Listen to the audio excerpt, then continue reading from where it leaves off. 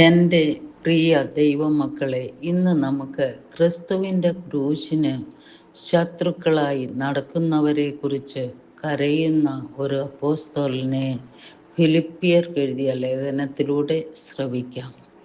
Philippians 3:18 ഞാൻ പലപ്പോഴും നിങ്ങളോട് പറഞ്ഞതുപോലെ അനേകർ ക്രിസ്തുവിൻ്റെ ക്രൂശിന് ശത്രുക്കളായി നടക്കുന്നു എന്നിപ്പോൾ കരഞ്ഞുകൊണ്ട് പറയുന്നു. റോമിലെ ജയിലിൽ നിന്നാണ് അപ്പോസ്തലനായ പൗലോസ് ഫിലിപ്പിയർക്ക് ഈ കത്ത് എഴുതിയത്. സുവിശേഷത്തിന് യോഗ്യമായ ജീവിതം നയിക്കാനുള്ള പ്രോത്സാഹനവും സന്തോഷവും പ്രബോധനങ്ങളും നിറഞ്ഞതാണ് ഈ ലേഖനം.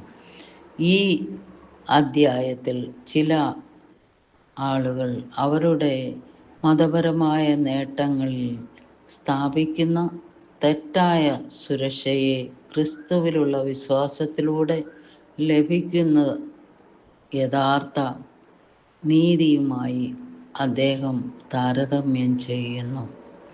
ഈ വാക്യത്തിൽ ക്രിസ്തുവിൻ്റെ ക്രൂശിൻ്റെ ശത്രുക്കളായി ജീവിക്കുന്നവരെ കുറിച്ച് പൗലോസ് മുന്നറിയിപ്പ് നൽകുന്നു. അവരെ അനുകരിക്കരുതെന്നും പ്രസ്താവിക്കുന്നു. ലോകത്തിൻ്റെ പാപങ്ങൾക്കായി യേശുക്രിസ്തുവിൻ്റെ യാഗം എന്ന ക്രൂശിൻ്റെ സന്ദേശത്തെ എതിർക്കുകയോ നിരസിക്കുകയോ ചെയ്യുന്ന ആളുകളെയാണ് അദ്ദേഹം പരാമർശിക്കുന്നത്. ഇവർ ബാഹ്യമായി മതവിശ്വാസികളായിരിക്കാം, അല്ലെങ്കിൽ വിശ്വാസത്തിൻ്റെ ഒരു രൂപത്തിലുള്ളവരായിരിക്കാം. എന്നാൽ കുരിശ് പ്രതിനിധാനം ചെയ്യുന്ന കൃപയുടെ സുവിശേഷം അവർ പൂർണ്ണമായി സ്വീകരിക്കുന്നില്ല. ഇക്കൂട്ടരെ കുറിച്ച് പൗലോസ് മുമ്പേ തന്നെ മുന്നറിയിപ്പ് നൽകിയിട്ടുണ്ട്. ക്രിസ്തുവിൻ്റെ ത്യാഗത്തിൻ്റെ തിരസ്കരണവും ക്രിസ്തുവിൻ്റെ കുരിശിലെ പ്രവൃത്തിയിൽ നിന്നുള്ള ആത്മീയ പരിവർത്തനത്തിനു പകരം ലൗകിക മൂല്യങ്ങളിൽ ശ്രദ്ധ കേന്ദ്രീകരിക്കുന്നതുമാണ് അവരുടെ ജീവിതത്തിൻ്റെ സവിശേഷത. ഇവർ അവരുടെ പ്രവർത്തനങ്ങളിലൂടെയോ വിശ്വാസങ്ങളിലൂടെയോ ക്രിസ്തുവിൻ്റെ സുവിശേഷത്തിനെതിരായി നിലകൊള്ളുന്നു.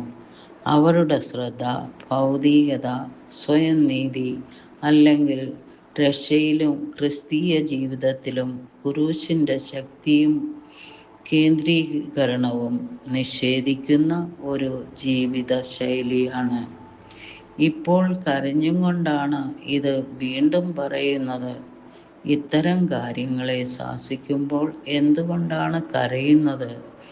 ദൈവസഭയ്ക്ക് ഇവർ വരുത്തിവച്ചിരിക്കുന്ന അപകടം ഓർത്ത് കരയുകയാണ്.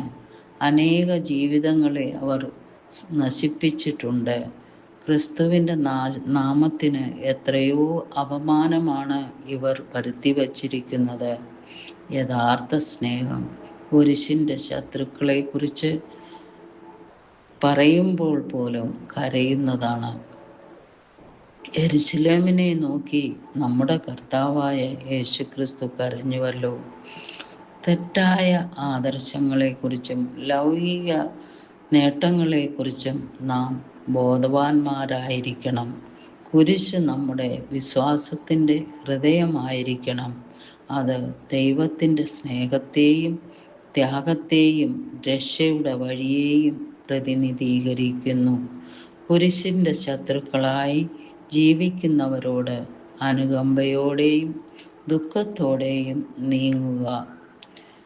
കുരിശിൻ്റെ ശക്തി മനസ്സിലാക്കി അതിൻ്റെ സന്തോഷത്തിൽ ജീവിക്കണം നാം.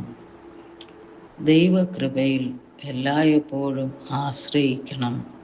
സ്നേഹപിതാവേ, കുരിശിൽ മുറുകെ പിടിക്കാനും അത് ഞങ്ങളുടെ വിശ്വാസത്തോട് ഉറപ്പുവരുത്താനും അതിൻ്റെ പ്രാധാന്യം ഇനിയും മനസ്സിലാക്കാത്തവരോട് കരുണ കാണിക്കാനും ഞങ്ങളെ ശക്തിപ്പെടുത്തണമേ. യേശുവിൻ്റെ നാമത്തിൽ തന്നെ ആമേൻ.